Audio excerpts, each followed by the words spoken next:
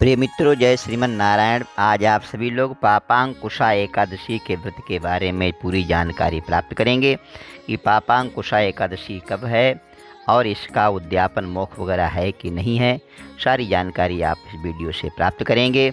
प्रिय मित्रों, 13 तारीख रविवार के लिए यहाँ 9:09 पर लग जाएगी और सोमवार को 14 तारीख को एकादशी 6:42 तक रहेगी और द्वादशी 27:43 तक रहेगी, अर्थात रात्रि में 3:43 तक द्वादशी रहेगी।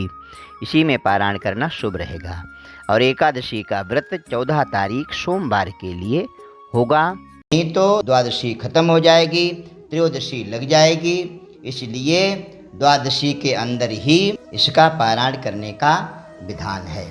प्रिय मित्रों, यह एकादशी का उद्यापन वगैरह नहीं होगा क्योंकि इसमें भद्रा है। भद्रा शुभ नहीं है, मृत्युलोक की भद्रा है। मृत्युलोक के यदा भद्रा सर्व कार्य विनाशिनी। मृत्युलोक की भद्रा यदि होती हैं तो सारे कार्यों के लिए नाश कर देती हैं, इसलिए इनमें मोक्ष नहीं करना चाहिए। आगे शुभ एकादशी होगी तो उसका कर लें। पापांकुशा एकादशी का महत्व क्या है, आप सभी लोग कथा श्रवण करें। अर्जुन कहने लगे कि हे जगदीश्वर, मैंने आश्विन कृष्ण पक्ष की एकादशी का, इंदिरा एकादशी का आपके मुख से विस्तार पूर्वक वर्णन सुना। अब आप कृपा करके मुझे आश्विन मास के अर्थात कुंवार के महीने के शुक्ल पक्ष की एकादशी के विषय में बतलाइए। इस एकादशी का क्या नाम है तथा इसके व्रत का क्या विधान है, इसका व्रत करने से किस फल की प्राप्ति होती है, वो सब विधि पूर्वक कहिए। भगवान श्री कृष्ण ने कहा, हे कुंती नंदन, आश्विन माह के शुक्ल पक्ष की एकादशी का नाम पापांकुशा एकादशी है, जो पापों पर अंकुश लगाए। इसका व्रत करने से समस्त पाप नष्ट हो जाते हैं, अक्षय पुण्य का भागी होता है। आश्विन मास के शुक्ल पक्ष की एकादशी हर एक प्रकार के मनोवांछित फल को देने वाली है। इसमें भगवान विष्णु का पूजन करना चाहिए।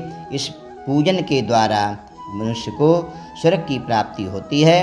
हे अर्जुन, जो मनुष्य कठिन तपस्याओं के द्वारा फल की प्राप्ति करते हैं, वह फल इस एकादशी के दिन क्षीर सागर में शेष नाग पर शयन करने वाले भगवान विष्णु को जो नमस्कार करता है, क्षीर साई भगवान का, रंगनाथ भगवान का जो पूजन करता है, उसको हर एक प्रकार के सुख मिलते हैं। मनुष्य को पापों से बचने का दृढ़ संकल्प करना चाहिए। भगवान विष्णु का ध्यान, स्मरण किसी भी रूप में सुखदायक और पापनाशक है। भगवान का शांताकारं भुजगशयनं पद्मनाभं सुरेशं विश्वाधारं गगनसदृशं मेघवर्णं शुभांगं लक्ष्मीकान्तं कमलनयनं योगिभिर्ध्यानगम्यं वंदे विष्णु भवभयहरं सर्वलोकैकनाथम। ऐसे भगवान का ध्यान करें और प्रार्थना करें। पापांकुशा एकादशी की व्रत कथा क्या है वो आप सभी लोग सुने। प्राचीन समय में विंध्य पर्वत पर क्रोधन नामक एक बहेलिया रहता था। वो बड़ा क्रूर था। उसका सारा जीवन हिंसा, लूट मार, मद्यपान और गलत संगति पाप कर्मों में बीता। जब उसका अंतिम समय आया तब यमराज के दूत बहेलिये को लेने आए और यमदूत ने बहेलिये से कहा कि कल तुम्हारे जीवन का अंतिम दिन होगा, हम तुम्हें कल लेने आएंगे। यह बात सुनकर के बहेलिया बहुत भयभीत हुआ और महर्षि अंगिरा के आश्रम में पहुंचा और महर्षि अंगिरा के चरणों में गिर करके प्रार्थना करने लगा, हे ऋषिवर, मैंने जीवन भर बहुत से पाप किए हैं, कृपा कर मुझे कोई ऐसा उपाय बतलाइए जिससे मेरे सारे पाप नष्ट हो जाएं और मोक्ष की प्राप्ति हो जाए। उसके निवेदन करने पर महर्षि अंगिरा ने उसे आश्विन मास के शुक्ल पक्ष की पापांकुशा एकादशी का विधि पूर्वक व्रत करने को कहा। अंगिरा ऋषि के कहे अनुसार उस बहेलिये ने यह व्रत किया और किए गए सारे पापों से छुटकारा पा लिया। और इस व्रत का बल इतना है कि भगवान की कृपा से वो विष्णु धाम के लिए गया। जब यमराज के दूत ने इस चमत्कार को देखा तो वो बहेलिया को बिना लिए ही यमलोक वापस लौट गए। यह ऐसी पुण्यदायिनी एकादशी है। इस एकादशी के व्रत से मनुष्य को स्वस्थ शरीर, सुंदर स्त्री तथा धनदान की प्राप्ति होती है। अंत में वैकुंठ धाम के लिए जाता है। जो मनुष्य इस एकादशी के व्रत में रात्रि में जागरण करते हैं उन्हें बिना किसी रोके स्वर्ग मिलता है।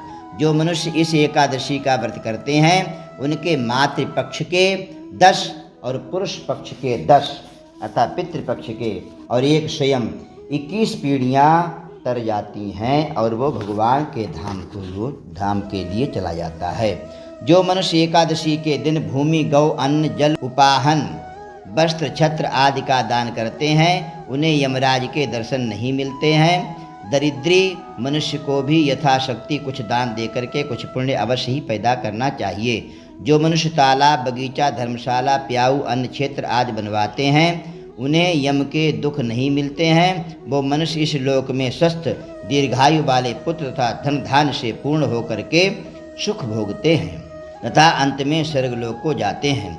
हे राजन, इन सबका सारांश यह है कि जो मनुष्य धर्म करते हैं उन्हें सुख मिलता है और जो अधर्मी हैं उन्हें दुर्गति भोगनी पड़ती है।